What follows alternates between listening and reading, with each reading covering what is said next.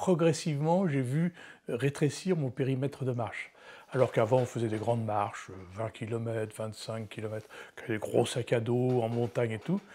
Bah, progressivement, le sac à dos s'est allégé, le périmètre s'est rétréci, et c'est là où je me suis dit qu'il y a vraiment un problème. J'avais pas de douleur, pas mal du tout, mais j'avais l'impossibilité d'avancer. C'est terrible ça d'ailleurs. Vous voulez ou vous pouvez pas. Vous avez le pied qui traîne, ah là là, c'est terrible, c'est une impression terrible ça. L'impression que mon corps ne m'obéissait plus. Voilà. Moi, dans ma tête, ça allait. Et puis progressivement, quand même, après, j'ai senti que je perdais un petit peu la mémoire. C'est comme les lièvres, ils perdent la mémoire en courant. Et il fallait que je fasse quelque chose, tant que j'y aille, j'avais oublié. Il fallait que je revienne en arrière. Ah oui, c'est ça. Et je repartais. Pas de maux de tête, rien, pas de céphalée, rien du tout.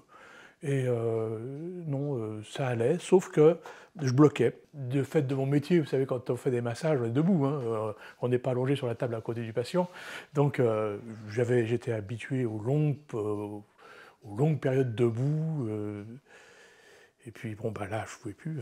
J'étais toujours en train de me tenir sur quelque chose quand je perdais l'équilibre. En fait, c'était un petit peu le roseau dans le vent, vous voyez. Et quand je marchais en écartant les... Par exemple, marcher, mettre les pieds devant l'autre, c'est un test ça, hein, comme si sur une bande étroite, c'était impossible. Impossible. Je ne pouvais pas rapprocher les pieds. Si je rapprochais les pieds, je tombais.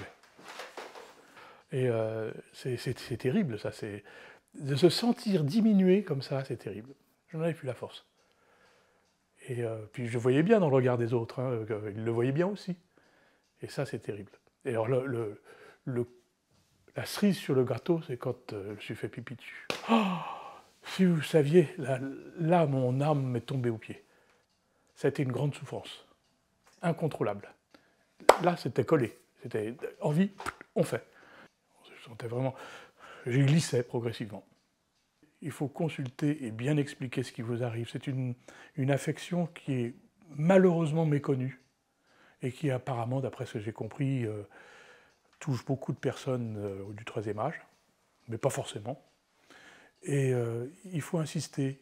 Si votre médecin passe à côté, bah, allez en voir un autre. Parce que c'est une maladie réversible. Je crois que c'est ça le mot clé. C'est réversible. C'est-à-dire qu'il n'y a pas de fatalité. À partir du moment où vous rétablissez le flux du liquide céphalorachidien, c'est fini. Plus rapidement est la prise en charge, moins les séquelles restent, subsistent. Donc le conseil, c'est d'aller consulter. Si votre médecin passe à côté, bah tant pis, vous allez en voir un autre. Nous sommes allés à Paris voir c'était une neurologue, une femme remarquable, et qui a mis le doigt dessus.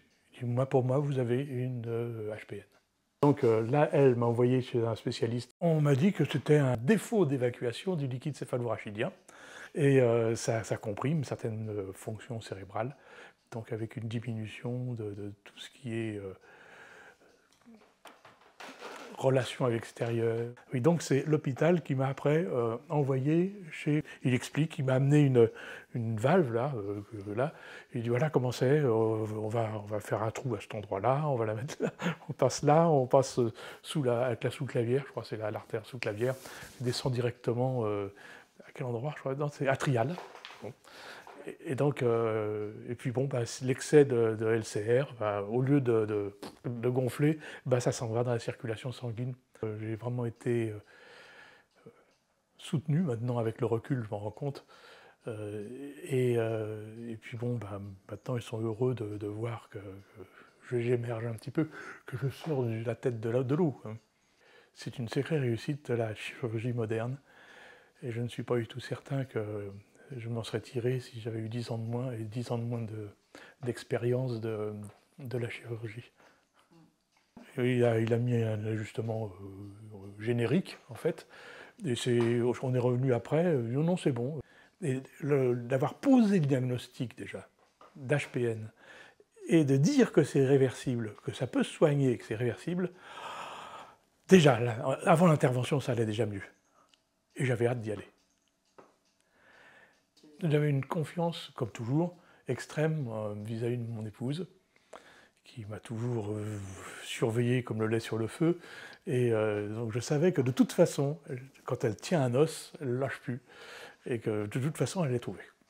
Mais moi, je n'étais plus en état de chercher. Donc j'ai placé toutes mes espérances dans Michel.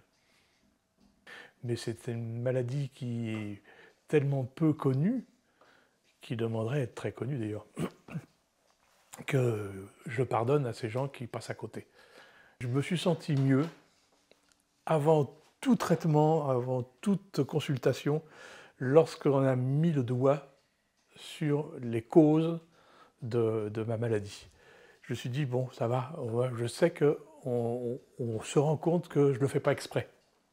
Et ça peut se soigner, c'est pas quelque chose d'irréversible. Tout de suite, je me suis senti mieux. C'est le parcours du combattant pour celui qui est atteint d'HPN. Alors au départ, les progrès sont très rapides, et puis après, il y a une petite phase plateau, où les progrès se font toujours, mais de manière plus discrète.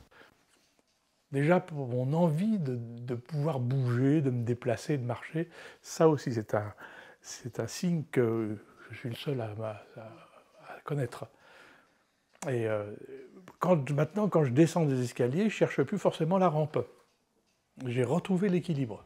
L'HPN se définit par une marche à pied collé, aimantée, par l'écartement du polygone de sustentation, et puis par les petits pas. On marche un petit pas, puis on entend venir de loin un HPN, hein, on l'entend venir de loin.